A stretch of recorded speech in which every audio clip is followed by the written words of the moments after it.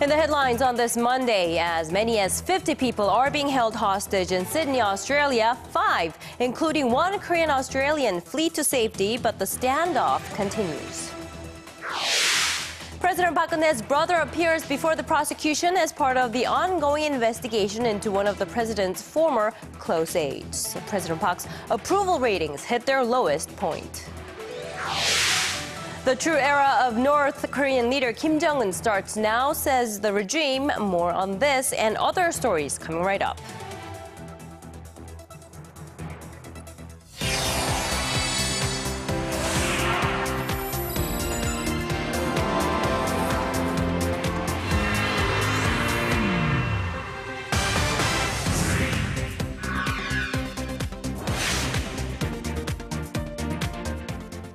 Hello and welcome everyone. You're watching Early Edition at 6, live from our studio in Seoul. I'm Na-hyun Kyo. And I'm Daniel Che. Thank you for joining us. Well, we begin with the hostage situation in Sydney, where police say up to 30 people have been held captive since Monday morning local time. Right, not much has been updated so far. No more reports about anything's going on, bombings or casualties as of yet. But nearby buildings have been evacuated.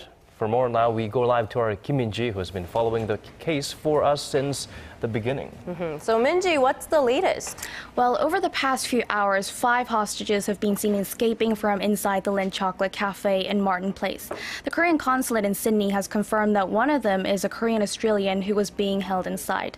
She is believed to be one of the staff members who was working inside the cafe. Police are currently interviewing those that have gotten out, but it is still unclear whether they escaped or were released. Amid the standoff, the Australian Prime Minister Tony Abbott earlier addressed the nation and urged people to stay calm. Australia is a peaceful, open and generous society. Nothing should ever change that, and that's why I would urge all Australians today to go about their business as usual. He also provided a national security hotline should people suspect that another attack is in the works. So, of course, we will know more once we get the information of what the people who fled the site said about what they told the police. But so far, we don't know who actually is behind the attack, but we did see a black flag with white Arabic writings on it. Yeah, that's right. The flag raised suspicions that the attack could be linked to Islamic State militants. Sky News is reporting that the hostage taker, who is calling himself the brother, had some hostages relay his demands to the media. He apparently wants to talk to Prime Minister Abbott and has asked that Islamic State flag be delivered to him. The suspect also reportedly says there is a bomb in the cafe and at least one other nearby, but police haven't commented on that matter. Police have cordoned off the area and are also temporarily controlling the airspace above Sydney. And they say that the number of hostages still inside cannot be confirmed, but they say that the number is lower than 30. Well, not a lot of good communication from the terrorists, if you might call them, on their part, and they seem very ill-prepared asking for flags and whatnot. We hope to have some positive news from you, Minji, later on in the day. Thank you for those updates. And in other news, we are following Japanese Prime Minister Shinzo Abe successfully maintains a majority at Japan's lower house on Sunday. That's right. The LDP and Kometo's victory was widely anticipated in Sunday's snap general election, but the record low voter turnout shows Abe may need to step up his game from here on. Right, our Son Jung-in reports. Japan's ruling coalition won a landslide victory in parliamentary elections seen as a referendum on Prime Minister Shinzo Abe's economic policy. Abe's Liberal Democratic Party, together with its junior partner Komeito, retained a 2/3 majority of 475 seats in the lower house of parliament, giving them the power to pass legislation without recourse to the upper house. I'm relieved we've managed to continue our ruling coalition with the Komeito party. But at the same time, this is also a great responsibility. It was a crushing defeat for the main opposition Democratic Party of Japan, falling well short of the 100 seats it had unofficially targeted. Many observers say the lack of a clear political alternative to the ruling party left many voters feeling underwhelmed and questioning the need of an election in the first place. And as if reflecting the people's indifference, voter turnout was 52%, the lowest figure since World War II, and well short of the previous low of 59% set in 2012. Abe is now widely expected to push ahead with expanding the role of the military and restarting Japan's nuclear power plants. The win also gives the prime minister a fresh 4-year mandate to institute his economic policy known as Abenomics, which aims at reviving Japan's economy through monetary easing and strong public spending. 손정인, Arirang News. So how will Sunday's outcome affect the dynamics in Northeast Asia? Will it change the current Korea-Japan ties? And what about Tokyo's relations with China? Those are some of the questions being raised. Our Lee Ji-yoon has this story. Will Japanese Prime Minister Shinzo Abe try to mend relations with Korea and China? Experts are not very hopeful. They say because Abe won in overwhelming fashion on Sunday, he's likely to forge ahead with his right-wing agenda. Abe denies that Japan forced Korean women into sexual slavery during its colonial rule of the Korean peninsula. This has angered the Korean government, which continues to ask for an official apology and compensation for the victims. Politicians within Abe's ruling party have also denied the 1937 Nanjing massacre, in which tens of thousands of Chinese civilians were killed by invading Japanese soldiers. The list goes on. His repeated visits of Yasukuni Shrine that honors Japanese war criminals, false claims to Korea-controlled Dokdo Island in the East Sea, and efforts to revise the post-war constitution to militarize Japan. Experts say, though, that Japan does realize Korea and China as important economic and political partners, which means there's still a chance Abe might try a bit harder to deal with existing problems. As for now, eyes are on what Abe will say and do during the 70th anniversary of the end of the Second World War next year, and whether he will visit the Yasukuni Shrine again or offer a sincere apology for Japan's wartime atrocities. Lee Ji-yoon, Arirang News. We'll shift our focus to the reclusive regime in 2 days' time. North Korea will observe the 3rd-year anniversary of the death of former North Korean leader Kim Jong-il. Ahead of the national event, the regime made clear that the true era of current leader Kim Jong-un, son of Kim Jong-il, will begin now. Our Hwang Sang-hee reports.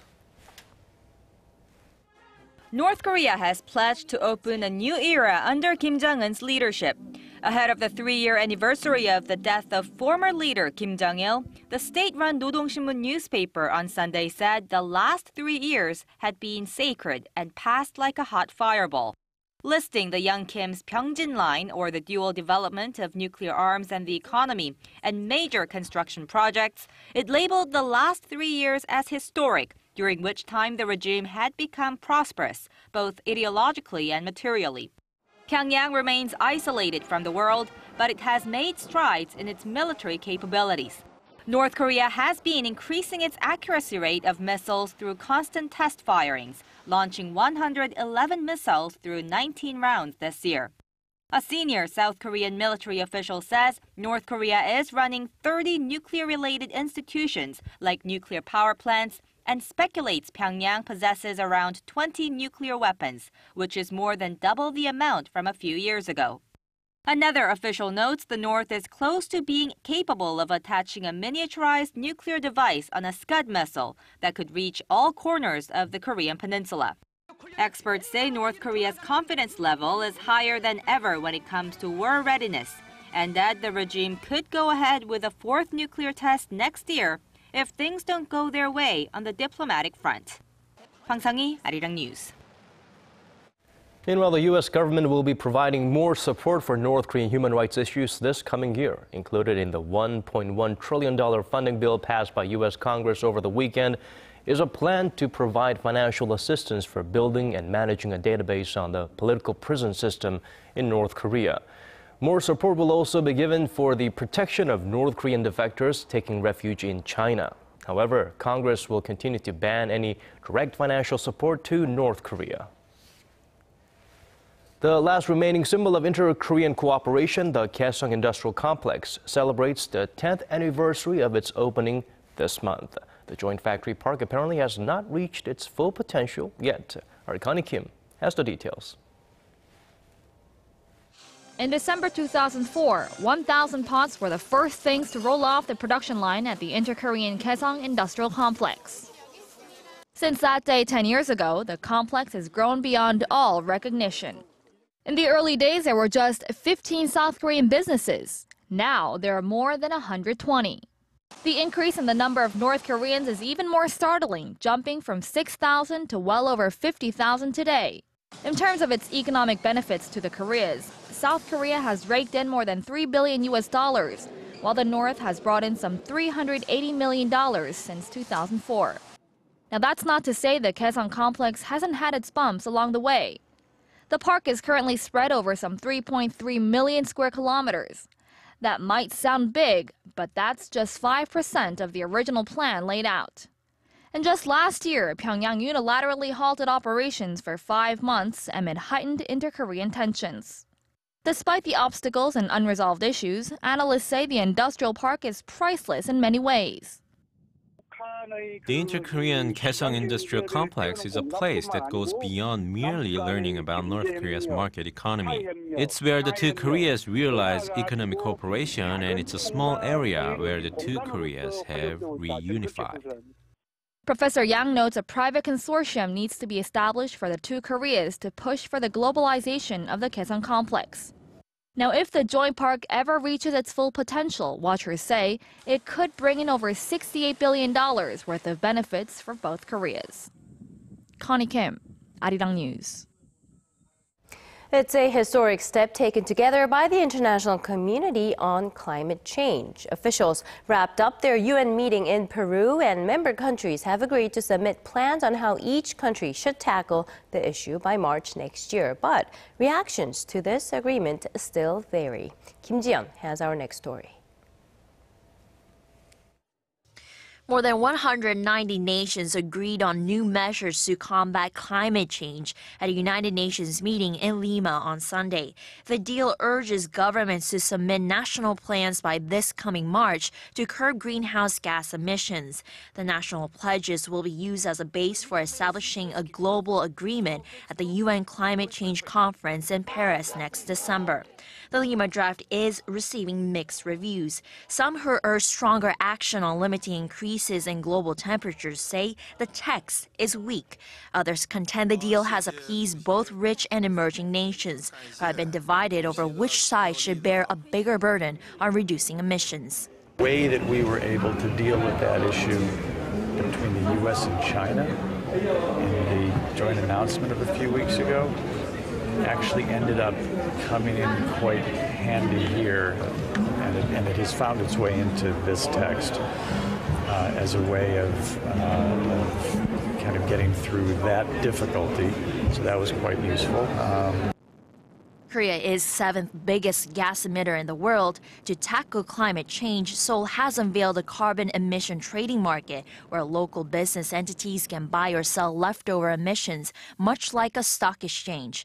More than 500 companies are expected to participate in the emission trading market, which is scheduled to launch early next month. Through the system, Korea expects to reduce the amount of projected emissions by 30% by the year 2020. Kim Jong, Arirang News.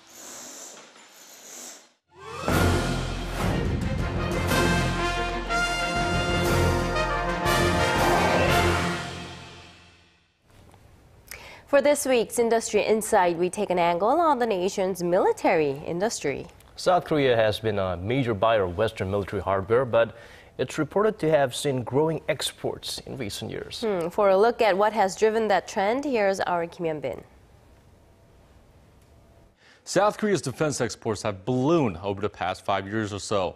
Until the early 2000s, the country's defense industry exports were mainly small arms and supplies, such as boots and helmets. The situation today is vastly different. In recent years, South Korea has been exporting heavy-duty military arms and vehicles, including fighter jets, submarines, and destroyers. This shift has dramatically boosted the nation's defense exports in dollar terms. In 2006, South Korea broke the $250 million mark for the first time.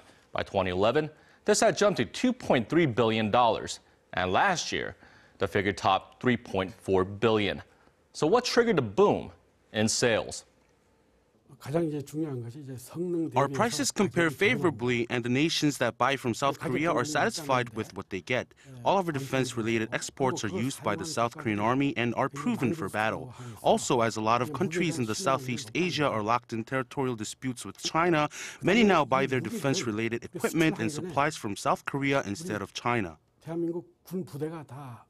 The spillover effects from the defense deals to the economy have been sizable. Take, for example, the sale of 24 Fa-50 fighter jets to Iraq in 2013. Now, this deal, worth over $1.1 billion, will develop a chain of suppliers networks and after-sale deals that are estimated to total more than $4 billion. This project has also created roughly 36,000 jobs. While this sounds great, South Korea still has a long way to go to reach the level of the major players in the industry. The country's exports accounted for a mere 0.8% of the world's total defense exports. The United States, Russia, Britain, Germany, and France together have a grip on 3/4 of the total global arms market. And the dominant powers aren't sitting back as South Korea tries to sharpen its competitive edge. The United States, France, Britain, and Germany are watching South Korea very closely as they are competitors in the international arms market. Koreans should have pride in their defense industry and support government policies that make our country more competitive on the global stage. South Korea has been successful so far, but to sustain and increase its share of the multi-billion-dollar arms market, the industry needs to diversify. South Korea should open up to more markets in the third world. Most of them are in territorial conflicts and in need of naval equipment such as combat ships. In the future, we could make up to 3% of the total defense exports. But we need to invent new weaponry and upgrade our Korean-style weapons to meet global standards. Competition is fiercer than ever, with Japan and China jumping into the defense market at full speed. For that reason, experts say the Korean government and the public need to stay committed and focused to maintain their growth in the international market. Kim Jong-un, Arirang News. Business Park face a one-day entry ban. 77. Digging deeper, getting to the bottom of stories that impact your life. Talking with you on air and online. Connecting you with experts on the world's most pressing issues. News and current affairs at its best. With Na Hyung-kyung and Daniel Che. Arirang News. Arirang News. Arirang News. On Early Edition at 6. Well, while Sydney makes global headlines, one of the biggest stories here in the nation today is President Park Geun-hye's younger brother, Park Ji-man, appearing before the prosecution. Sources say he will be asked mainly about whether he received leaked documents from the presidential office. Now, this is, of course, part of an investigation into how documents were leaked and whether the information on those documents was true. This follows a local media outlet's report a few weeks ago saying President Park's former close aide, Chung Yun-hye, held regular meetings with senior presidential officials and used his close ties with the president to meddle in personnel appointments. Polling firm Real Meter says the president's approval rating has dipped below the 40% mark for the first time since she took office in 2013. Now, President Park Geun-hye did not say anything about these allegations, but she did mention something about the 2018 Winter Olympic Games today. She says holding events outside of Pyeongchang is out of the question since construction on the venues have already started. Now, this came during a meeting with senior secretaries on Monday, where she also said Korea had put in too much effort in 3 bids to host the Winter Games to let it go to waste. The president emphasized that government officials needed to convey Seoul's position and make sure preparations are on course to ensure a successful hosting of the Olympic Games in 2018. Now, this comes after the International Olympic Committee last week suggested Korea to consider holding certain events outside the country to cut costs. Moving on to a scandal that's been making headlines here in Korea for a long time. Korea's Transport Ministry is scheduled to hold a briefing over its investigation into what many are calling nut rage incident tomorrow. That press conference comes after aviation officials questioned the now former vice president of Korean Air, Cho Hyun-ah, last week. Officials say they will share what they found out so far about what happened in the lead-up to Cho's decision as a passenger to demand the plane return to the gate and also about whether the company tried to spin the situation in their favor after it caught the media's attention. The head steward of the plane, Park Geun-hye, claims he was abused both physically and verbally by Jo, and that he was also threatened by the firm to fabricate his testimony afterward. Korea's central bank has released new figures that provide a more comprehensive understanding of the economy using new international standards. They show that the share of the country's gross national income held by households has been on a gradual decline from 79% in 1975 to 61% in 2013. The share held by corporations, on the other hand, has nearly tripled over that period to 26% last year. As for the trading sector, the new figures show just how reliant Korea has become on exports. In 1953, exports accounted for just 3% of GNI. Last year, the figure was at nearly 56%. Well, the holiday season is usually a good time for movie makers to cash in big, right? Right, and of course there are new local films that will hit the box office soon, and I hope they make more entertaining and fun movies than the ones that tries to make you tear or just, think about the hard times and whatnot. I think we are looking at some of the fun and very action-filled movies. Good. Our Im Yoon-hee gives us a sneak peek at some of the hottest films this season. In the midst of the Korean War, during the Hungnam evacuation of 1951, thousands of Korean refugees were taken south. Amongst them, a boy named Toksu and his father.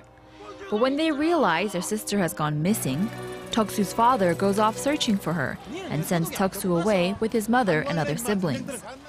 The movie stars Hwang Jung-min and Kim Yoon-jin and shows the history of the Korean War through one man's life. Even just the mention of the word dead stirs up emotions, so we thought about expressing that in the movie. The Korean hanbok plays a role throughout Korean history, but just how big of a role can clothes really have?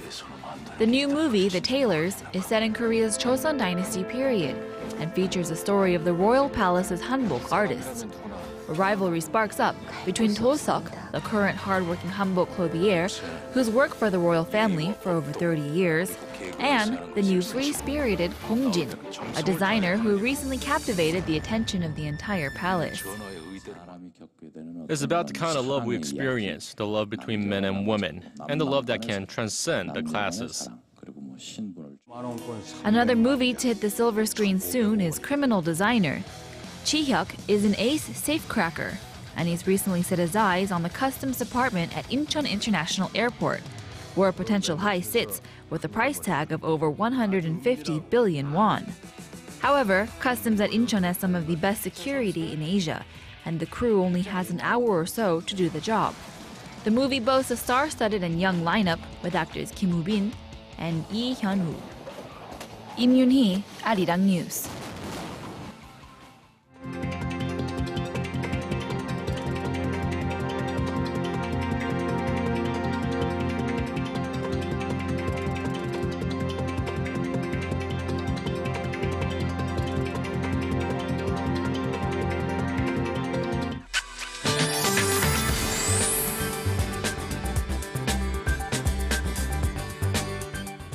Hello everyone, I'm Michelle Park here with the latest weather forecast. On and off snow has been falling throughout the day here in Seoul and in both Chungcheong provinces. Now those clouds will gradually spread to the rest of our nation, bringing down a heavy amount of snow or rain. Now the peak for the snowfall will start tonight and run through all the way very early morning hours. Now regions with Gangwon province will see the heaviest amount of up to 20 centimeters, while Seoul will only see about 3. Now, all the precipitation should clear out by tomorrow morning at the latest, but after that comes a cold wave. The lows on Wednesday and Thursday will drop to minus 12 degrees, while the wind chill will make it feel even colder. Now, going over to our readings for tomorrow, so we'll start off the Tuesday morning at minus 3 degrees and reach up, stay right around that mark for most of the day, and Daegu and Busan will top out at 5 and 6 degrees. Now moving over to other regions such as Jeju and Dokdo will hit to 7, while Mount Keungang drops all the way down to minus 10. Well, that's all for now, Michelle Park. Now here's a look at the weather conditions around the world.